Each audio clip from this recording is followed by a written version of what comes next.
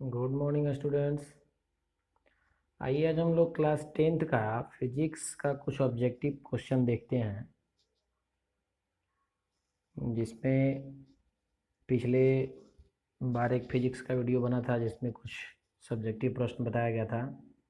आज हम लोग कुछ इसका ऑब्जेक्टिव प्रश्न देखेंगे। इसका एक ऑब्जेक्टिव प्रश्न देखिए, ये एनसीईआरटी क्वेश्चंस का है कि निम्न में से कौन सा पदार्थ लेंस बनाने के लिए प्रयुक्त नहीं किया जा सकता। ऑब्जेक्टिव प्रश्न में देखिए 4 ऑप्शन दिए रहते हैं, जिनमें से कोई एक सही होता है। ठीक है, उसे आपको चुनना होता है कि कौन सा आंसर सही है। तो पहला प्रश्न आपका है, निम्न में से कौन सा पदार्थ लेंस बनाने के लिए प्रयुक्त नहीं किया जा सकता। तो आंसर है इसका, ऑप्शन दिया है पहले देख लीजिए, जल, कांच, प्लास्टिक और मिट्टी। देखिए लेंस बनाने के लिए जो है जल का भी प्रयोग होता है, कांच का भी होता है, प्लास्टिक का भी होता है। लेकिन जो चौथा ऑप्शन मिट्टी दिया गया है, मिट्टी का प्रयोग लेंस बनाने में नहीं किया जाता है, इसलिए इसका आंसर आपको क्या मिलेगा, मिट्टी। प्रश्न है कि नहीं किया जाता।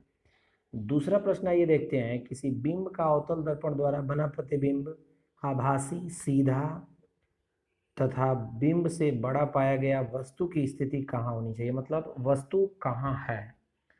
पहला ऑप्शन है कि मुख्य फोकस तथा वक्रता केंद्र के बीच, दूसरा है वक्रता केंद्र पर, तीसरा ऑप्शन दिया गया है वक्रता केंद्र से परे, और चौथा ऑप्शन दिया गया है दर्पण के ध्रुव तथा मुख्य फोकस के बीच में। तो इसका ऑप्शन देखिएगा, डी नंबर ऑप्शन दे रहा है कि दर्पण के ध्रुव तथा मुख्य फोकस के बीच जब हम वस्तु को रखेंगे, उस भी किसमें, अवतल दर्पण में, तो हमको जो है बना प्रतिबिंब आभासी होगा, सीधा होगा, और बिंब से बड़ा, वस्तु जितनी है उससे बड़ा प्रतिबिंब हमको प्राप्त होगा, अगर हम ऑप्शन नंबर 4 वाले में रखते हैं तो। ठीक है, तो इस क्वेश्चन का ऑप्शन नंबर 4 सही है कि जब वस्तु को अवतल दर्पण के ध्रुव और मुख्य फोकस के बीच रखेंगे तो ये कंडीशन होगा। ठीक है, क्वेश्चन नंबर 3 देखते हैं। 3 नंबर क्वेश्चन दिया है कि किसी बिंब का वास्तविक तथा समान साइज का प्रतिबिंब प्राप्त करने के लिए बिंब को उत्तल लेंस के सामने कहाँ रखते हैं। ये भी देखिएगा, प्रतिबिंब बनाने वाला है कि वास्तविक बनाना है, समान साइज का बनाना है, और किस में रखना है, तो उत्तल लेंस में रखना है।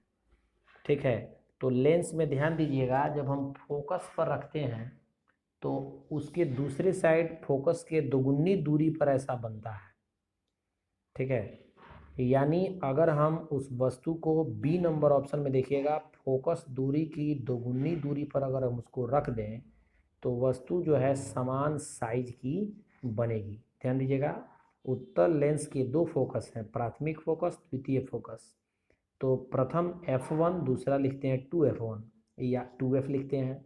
तो 2F पर जब हम वस्तु को रखेंगे तो उसका प्रतिबिंब जो है समान साइज का दूसरे साइड में बनेगा। ठीक है, इसी तरह से आपको क्वेश्चन नंबर 4 दिया है, किसी गोलीय दर्पण तथा किसी पतले गोलीय लेंस दोनों की फोकस दूरियां -15 सेंटीमीटर है, तो दर्पण तथा लेंस संभवतः कौन सा है।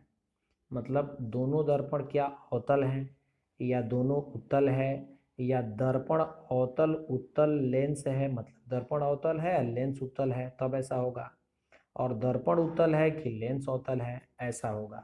तो ऑप्शन है कि दोनों अवतल होगा। तो आप इसको कैसे समझेंगे, पहले ये देखिए कि अवतल लेंस में या दर्पण में उसकी जो फोकस दूरी होती है वो माइनस में होती है, किसमें होती है, माइनस में, और उत्तल में हम देखते हैं प्लस में।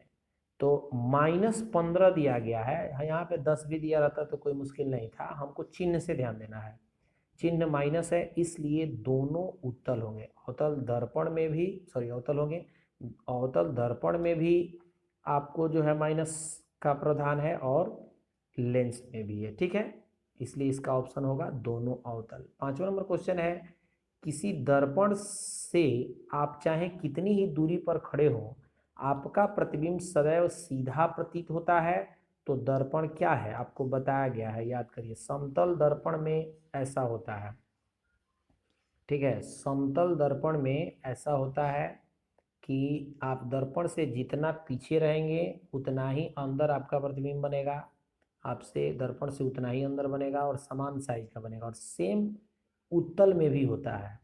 तो इसलिए बता रहा है ऑप्शन नंबर डी कि या तो वो समतल होगा और नहीं तो वो उत्तल होगा, ठीक है। दोनों में से कोई एक होगा, ऑप्शन याद रखिए। क्वेश्चन नंबर 6 है कि किसी शब्दकोश यानी डिक्शनरी में पाए गए छोटे अक्षरों को पढ़ते समय आप निम्न में से कौन सा लेंस पसंद करेंगे। अब एक चीज़ ध्यान दीजिए, डिक्शनरी में आप छोटे अक्षरों को पढ़िएगा तो आप उस छोटे अक्षरों को और छोटा देखना चाहेंगे या बड़ा देखना चाहेंगे। स्वाभाविक है बड़ा देखना चाहेंगे, ठीक है। तो ऑप्शन में है देखिए कि 50 सेंटीमीटर फोकस दूरी का एक उत्तल लेंस, बी नंबर में है 50 सेंटीमीटर फोकस दूरी का एक अवतल लेंस, और सी नंबर है 5 सेंटीमीटर फोकस दूरी का एक उत्तल लेंस, और डी नंबर ऑप्शन है कि 5 सेंटीमीटर फोकस दूरी का एक अवतल लेंस, ठीक है। आप याद करिए हम लोग पढ़े थे कि जब हम किसी पुस्तक का छपे हुए अक्षर को देखते हैं और अगर वो जितना साइज का लिखा है उतना ही साइज का दिखे तो वो एक साधारण सा कांच है, ठीक है। अगर उससे बड़ा करके दिखाए तो वो उत्तल लेंस है, और अगर उसको छोटा करके दिखाए तो वो अवतल लेंस है, ठीक है। तो ध्यान दीजिए इसका ऑप्शन नंबर जो है कह रहा है कि 5 सेंटीमीटर फोकस दूरी का एक उत्तल लेंस हम लेंगे, ठीक है, ताकि वो अक्षर को क्या करेगा, बड़ा करके दिखाएगा, ठीक। इसी तरह से इसमें और भी बहुत सारे प्रश्न जो है ऑब्जेक्टिव दिए गए हैं। आइए हम लोग कुछ fill in the blanks question पढ़ते हैं, ठीक है। रिक्त स्थानों की पूर्ति करें, ये भी आपको प्रश्न वस्तुनिष्ठ है यानी ऑब्जेक्टिव है और इम्पोर्टेंट प्रश्न है कि दाढ़ी बनाने में डैश दर्पण का प्रयोग होता है। आपको याद होगा कौन से दर्पण का, अवतल दर्पण का प्रयोग होता है। दाढ़ी बनाने में अवतल दर्पण का प्रयोग। किरणों को अभिसरित करने वाले, दूसरा नंबर क्वेश्चन पढ़ रहे हैं, किरणों को अभिसरित करने वाले दर्पण को अवतल तथा अपसरित करने वाले दर्पण को उत्तल कहते हैं। फर्स्ट ऑप्शन में यहाँ अवतल होगा और दूसरे में क्या होगा, उत्तल होगा, ठीक। क्वेश्चन नंबर हम 3 देखें अगर, तो 3 नंबर क्वेश्चन है प्रकाश की निर्वात में चाल तथा प्रकाश की माध्यम में चाल के अनुपात को क्या कहते हैं। इसका परिभाषा ही है ये, अपवर्तनांक कहते हैं, ठीक है। 3 नंबर ऑप्शन में हम लोग क्या भरेंगे, अपवर्तनांक। क्वेश्चन नंबर 4 है कि निर्वात में प्रकाश की चाल, याद है आपको, 3 गुणे 10 का पावर 8 मीटर प्रति सेकेंड, याद है ना, 3 गुणे 10 का पावर 8, जिसको हम 3 लाख किलोमीटर भी कहते हैं। यानी क्वेश्चन नंबर 4 में भरेंगे या तो 3 लाख किलोमीटर या फिर भरेंगे 3 गुणे 10 का पावर 8 मीटर प्रति सेकेंड।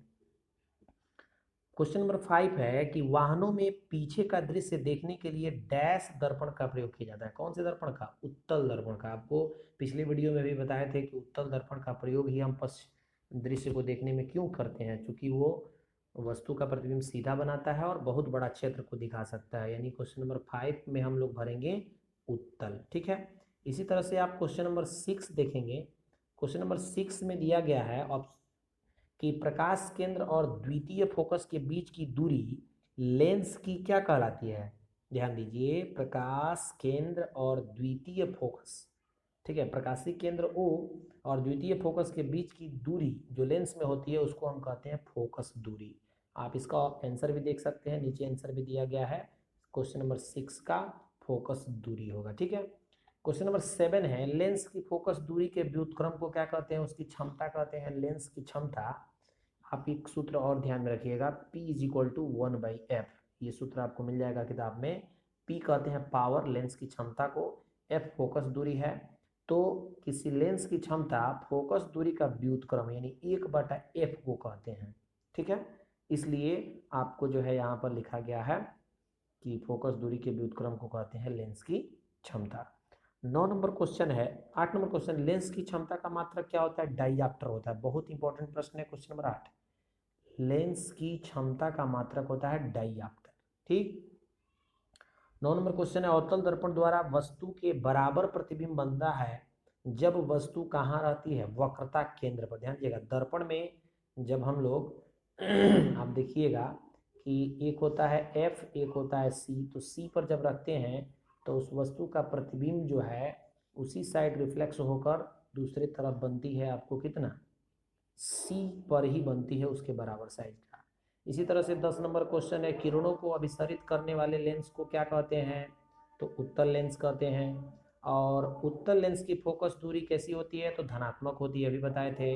धनात्मक आवर्धन डैश प्रतिबिंबों यानी आभासी प्रतिबिंबों के लिए होता है। इस तरह से ये कुछ इंपॉर्टेंट प्रश्न था, इसको आप लोग एक बार फिर से देख लीजिएगा, बढ़िया प्रश्न, इसको याद कर लीजिएगा। थैंक्स।